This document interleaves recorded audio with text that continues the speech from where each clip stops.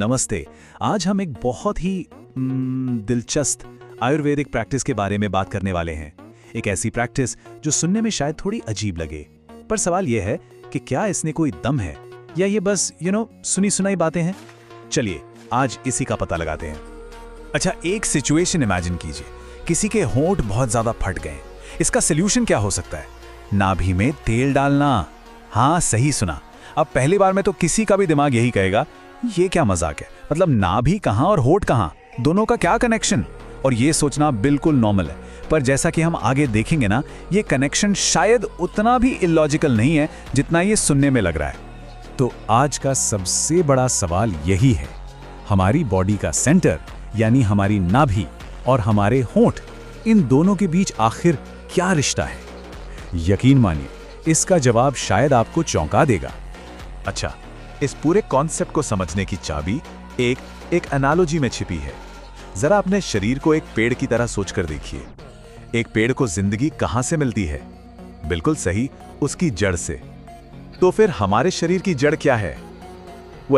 पुराने ज्ञान के हिसाब से वो हमारी नाभि है। और सुनिए, ये सिर्फ कहने की बात नहीं है।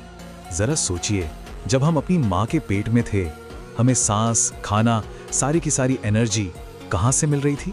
सिर्फ और सिर्फ नाभि से। हमारा पूरा डेवलपमेंट ही नाभि पर टिका हुआ था। और कहा यह जाता है कि वो कनेक्शन, वो पावर आज भी वही मौजूद है। हमारी नाभि ही हमारी बॉडी का एनर्जी सेंटर है, और इसीलिए ये इतना ज्यादा इंपॉर्टेंट है। तो लॉजिक बहुत सिंपल है। जैसे पेड़ की जड़ में डाली पानी की एक बूंद पूरे पेड़ को नरिश कर सकती है, ठीक वैसे ही नाभि में डाली तेल की एक बूंद पूरे शरीर को, मतलब पैर के नाखून से लेकर सिर के बालों तक सबको एनर्जी दे सकती है।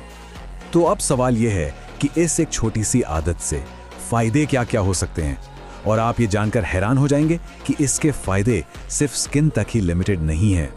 तो सबसे पहले बात करते हैं बाहरी फायदों की। कहा जाता है कि फटे होंठ सॉफ्ट और गुलाबी हो जाते हैं। स्किन की ड्राइनेस, जिसके लिए लोग न जाने कितनी महंगी महंगी क्रीम लगाते हैं, वो भी खत्म हो सकती है। असल में ये प्रैक्टिस स्किन को अंदर से नरिशमेंट देती है, जिससे वो ग्लोइंग और हेल्दी बनती है। लेकिन बात सिर्फ बाहरी चमक की नहीं है। कहा यह भी जाता है कि ये प्रैक्टिस अंदर से भी काम करती है। डाइजेशन को ठीक करती है, जोड़ों के दर्द में आराम देती है, और हमारे जो जरूरी ऑर्गन्स हैं उन्हें भी सपोर्ट करती है।